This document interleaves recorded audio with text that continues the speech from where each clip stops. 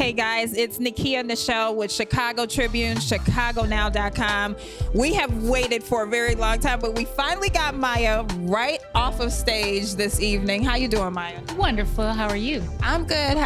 Thank you so much for talking to us this evening. I know you're probably exhausted. No, I'm good. No, you're good? You must be a night. This was a very early show. Usually I'm on stage at like 2:30, sometimes 3 o'clock in the morning. So you're used to it. You've been doing this for so long, and that was something that you talked about on stage, 18 years in the game. How has it changed, and how have you changed as a woman growing up in the industry?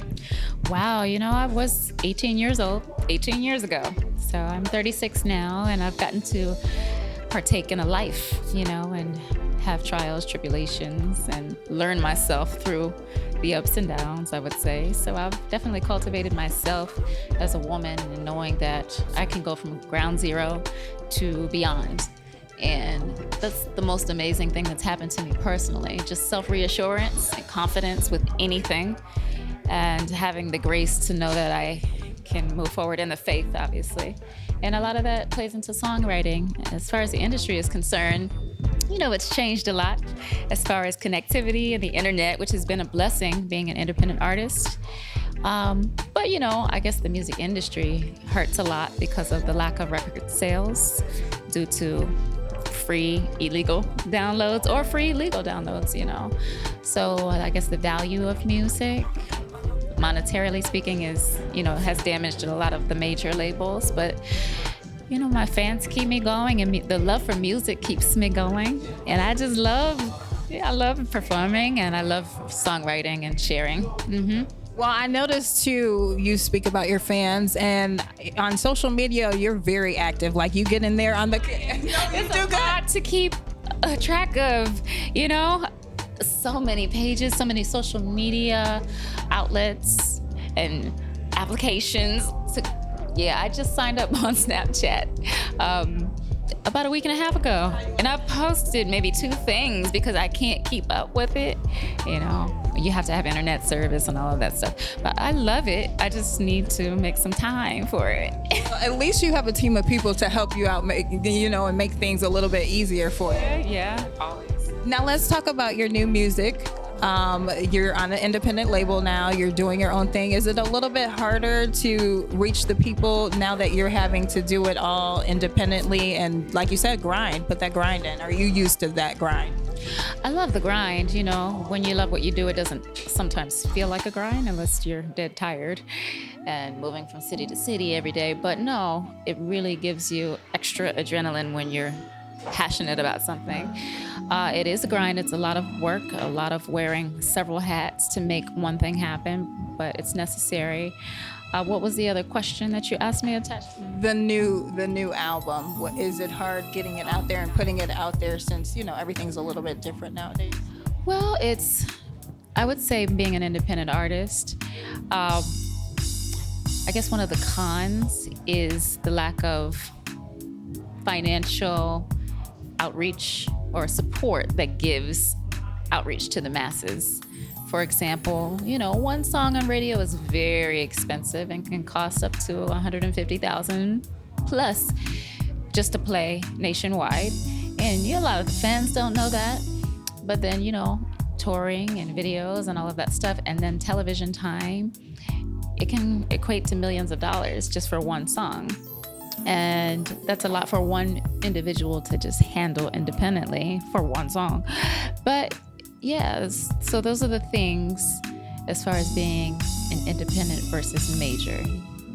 Reaching the masses is the disadvantage, but the quality sometimes of music does not get compromised. And there's a lot of freedom, and you don't have to wait in line.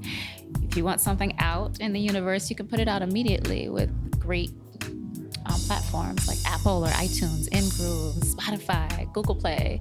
It's available at your fingertips, Yeah, and let's talk about what's available at their fingertips now. So your new album, let's talk a little bit about that. Tell me about it and what you put into it that you're feeling a little bit different from all of your other albums that you've put out. Well, this latest project is It's called Smoove Jones. It's a conceptual project.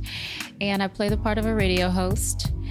And I created a world where, a lot of the fans have said, I want you to give us a true R&B album, because I've done different types of projects. And that's what I did. I created my own radio station and sort of gathered a lot of material that I've recorded over the course of 3 years maybe and beyond into a nice playlist on a specific type of station. R&B, some adult contemporary, some quiet storm, show inspired by the man Donnie Simpson, who I grew up listening to, and just gave it a nice concept for true R&B fans. And it has a lot of old school influences and inflections from the 70s, 80s, 90s to now. Yeah, I think you did a really good job of combining it. You're also doing things for your own brand, like you have vegan chocolate out, I heard. What's up with that? Last minute situation, because I said, okay, you know what? February 14th is the perfect date to release another project. It's my tribute to all of these fans that, tell me exactly what they want from me. And we have celebrated over the last 3 years that specific date. It's the 18th anniversary this year of the very first single, and that means a lot to me. So thinking about Valentine's Day ahead of time, I said, so what do fans, or me, myself, want on Valentine's Day? What is the typical thing that people receive? Roses, chocolate. I want some chocolate. But being a vegan, I can't have chocolate, so those are restrictions. You can have dark chocolate, but anything dairy, milk. But I said, I wonder if there are any vegan brands of chocolate, that maybe I can go get from a store. And I did some research and I couldn't find anything in hard boxes for Valentine's Day. So I said, maybe I need to create that. And I contacted a company, Band Merch, and they put me in touch with a chocolate company that specifically does vegan chocolates. I said, oh my goodness, can you guys develop something for me for my fans and Valentine's Day? For people that don't have access to vegan chocolates. So yeah, and then a vegan wine. Because I didn't know that also, some animal products or parts are used in the filtering process of wines. So I was like, all right, where can I get vegan wine? Create it. So I was put in touch with a vegan wine company, a winery that specializes in that. Yeah, you're pretty busy, Mya. Yeah, so it's fun. But it is fun. So can they still purchase the vegan wine and chocolate? Oh, really? Mm-hmm. Okay, where? It'll be available, and it is available now on myamya.com/shop, along with the CD, Smoove Jones, calendar, 2016 through 2017, 17-month calendar, as well as the vegan wine and vegan chocolates. Bundles and all of that available for your pleasure. Well, thank you so much for talking to me. I got to check out that vegan wine and chocolate. I love wine, so. Do you like red, white? I like it all. As long as it has alcohol in it. This one that I developed is a red wine. Okay. It's a Chardonnay, but it has infusions of plum. And plum is my favorite wine. Oh, man. It's so sweet. It's a dessert wine. So is that a surprise that a man can get you if he wanted to woo you? Do some plum wine? Love plum wine. That's the way to Mya's heart. Plum wine, guys. Take note if you're trying. Cherry wine. Or cherry. Sweet. Mm-hmm. Okay. Go, girl. Yeah. Hey, ladies and gentlemen, it's your girl Mya, and every time I'm in Chicago, I love hanging with my girl, Nekia Nichelle.